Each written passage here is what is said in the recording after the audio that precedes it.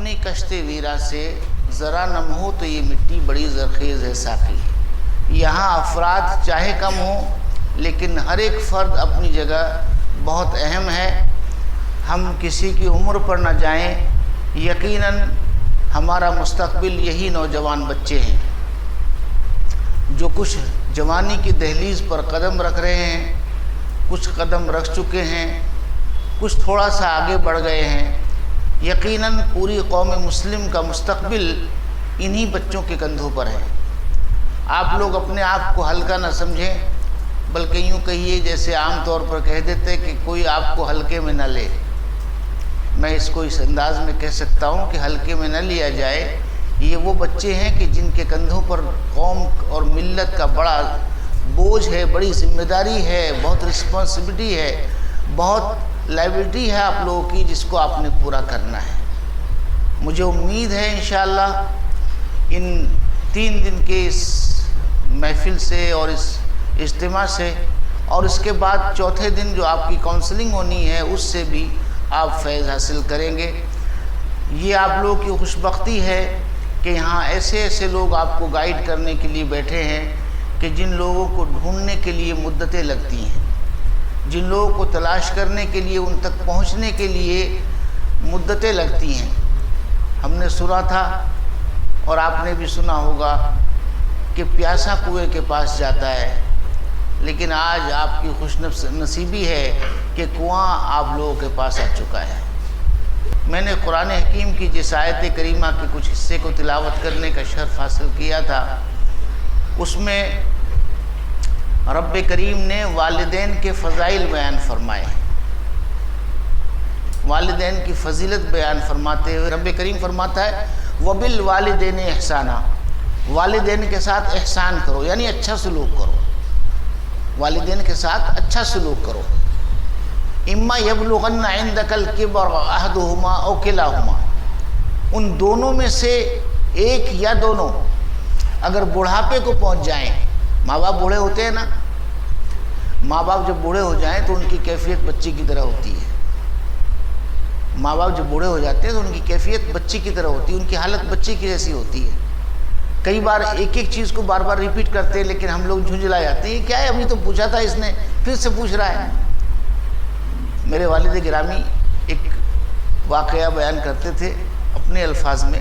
کہتے تھے کہ ایک بوڑھے باپ نے, ایک اس کا پوتا اس کے پاس بیٹھا ہوا تھا, کہنے لگا دادا یہ کوا ہے. بولے ہاں بیٹا کوا ہے. بولے کوا ہے. بولے ہاں بیٹا کوا ہے. اس نے شاید 50 بار پوچھا ہوگا, اس کو جو ہے کوائی کہا, غصہ نہیں کیا. لیکن جب وہی دادا بوڑھے ہو گئے, بوڑھے ہونے کے بعد ایک بار دادا نے سوچا کہ میں بھی تو ذرا اس کا امتحان لے لوں کہ اس کی کیا کیفیت ہے, اسے بھی یاد ہے کہ نہیں. تو دادا نے کہا بیٹا یہ کیا ہے. بولے دادا کوا ہے.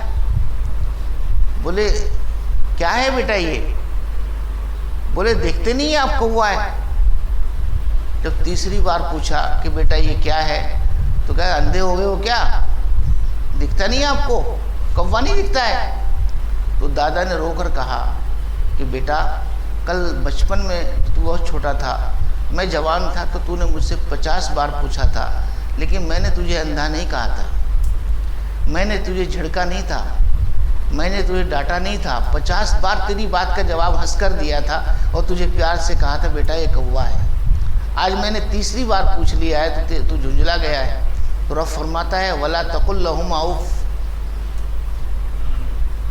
وَلَا تَقُلْ لَهُمَا اُفٍّ.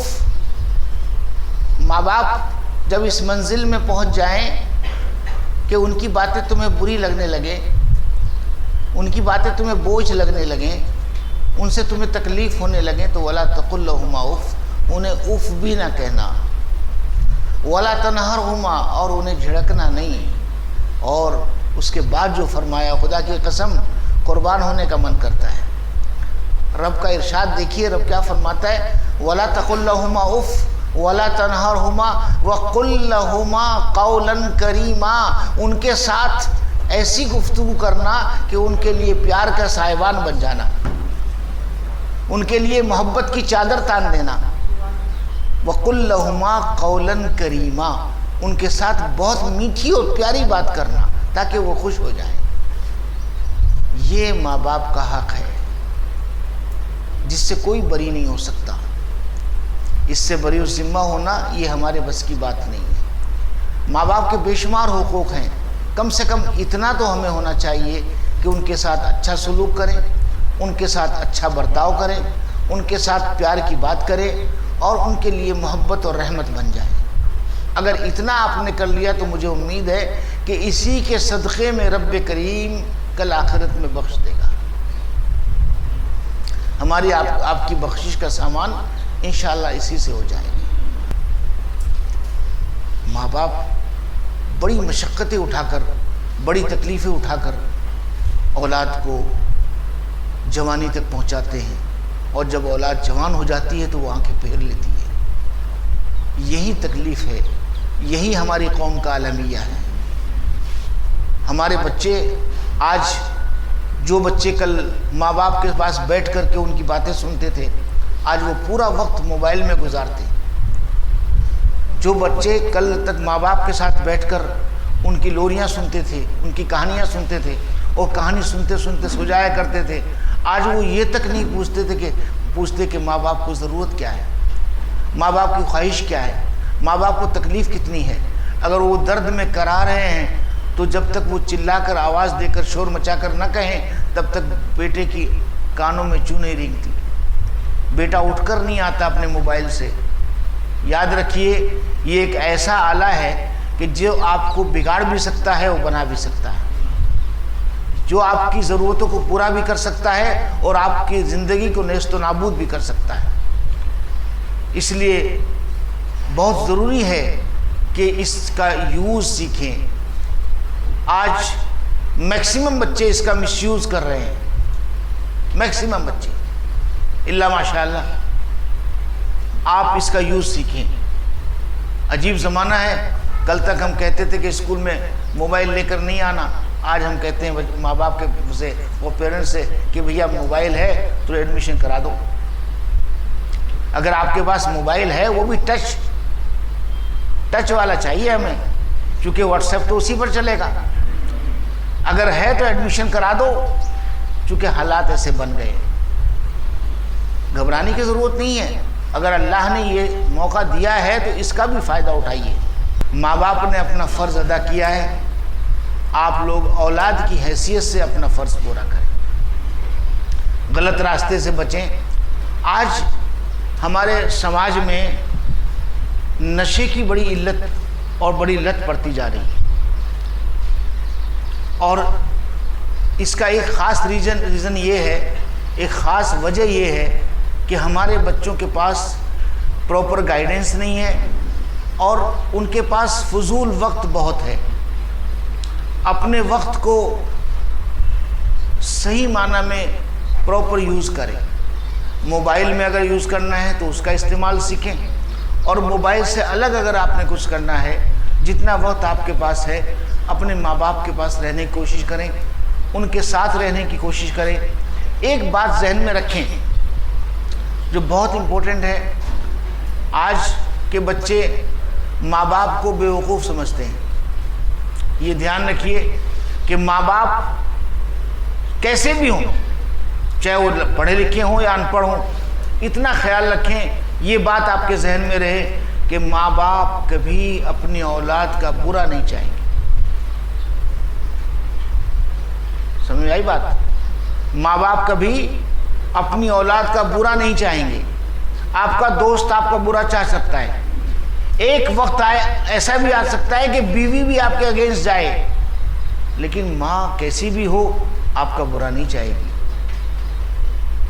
اگر سانپ آپ کو کاٹنے چاہتا ہے اور آپ کی طرف بڑھ رہا ہے اور وہ نہیں روک سکتی، تو کم سے کم اتنا ضرور کرے گی کہ آپ کو دھکا دے کر کے خود اس کے آگے کھڑی ہو جائے۔ یہ ماں ہے۔ باپ کبھی آپ کا برا نہیں چاہے گا، تو ماں باپ کو اپنے اگینسٹ نہ سمجھیں، اپنے ورد نہ سمجھیں، اپنا مخالف نہ سمجھیں۔ اگر آپ ایسا سمجھیں گے تو آپ کی بہت بڑی بھول ہوگی۔ ماں باپ اگر آپ کے لیے آپ کو کچھ سمجھانے کی بات کہہ رہے ہیں تو اس پر دھیان دیں. اگر آپ اس پر کچھ ریئیکٹ نہیں بھی کر رہے ہیں تو خاموش رہیں، لیکن اس پر ایسا ریئیکشن آپ کا نہ ہو جو ماں باپ کا دل دکھے، ماں باپ کو تکلیف پہنچے. کئی ایسے لوگ ہیں کہ جن کے ماں باپ اس دنیا میں نہیں ہیں، ان میں بھی شامل ہوں، آپ لوگوں میں بھی ہو سکتے ہیں جن کے ماں باپ اس دنیا میں شامل نہیں ہیں. ان کو چاہیے کہ اپنے ماں باپ کے لیے ایسے کام کریں کہ جن کاموں سے ماں باپ خوش ہوں. سیدنا آدم علیہ السلام کو پیارے مصطفیٰ صلی اللہ علیہ وسلم نے شب معراج دیکھا کہ آپ اپنے رائٹ سائڈ والوں کو دیکھتے ہیں تو خوش ہوتے ہیں، لیفٹ سائڈ والوں کو دیکھتے ہیں تو غمگین ہوتے ہیں. میرے آقا نے جبریل کی طرف اشارہ فرمایا کہ جبریل یہ کون ہے اور کیا ہے؟ جبریل علیہ السلام نے عرض کیا مولا یہ آدم علیہ السلام ہے، ابو البشر حضرت آدم، اور ان کے رائٹ سائڈ ان کی نیک اولاد ہے، ان کے لیفٹ سائڈ ان کی بری اولاد ہے. جب اپنے نیکوں کو دیکھتے ہیں، نیک اولاد کو دیکھتے ہیں تو خوش ہوتے ہیں، جب بری اولاد کو دیکھتے ہیں تو غمگین ہوتے ہیں. بالکل اسی طرح بلا تشبیہ و تمثیل ماں باپ بھی اپنی اولاد کی اچھائیوں کو دیکھتے ہیں یا سنتے ہیں یا ان کو پتہ چلتا ہے تو خوش ہوتے ہیں، اور ماں باپ اپنی اولاد کو مرنے کے بعد اگر برے راستے پر دیکھتے ہیں تو انہیں غمگینی ہوتی ہے، انہیں تکلیف ہوتی ہے، انہیں احساس ہوتا ہے. کوشش کریں کہ ماں باپ کو دنیا میں بھی خوش رکھیں اور مرنے کے بعد بھی انہیں خوش رکھیں. اللہ تعالیٰ عمل کی توفیق عطا فرمائے.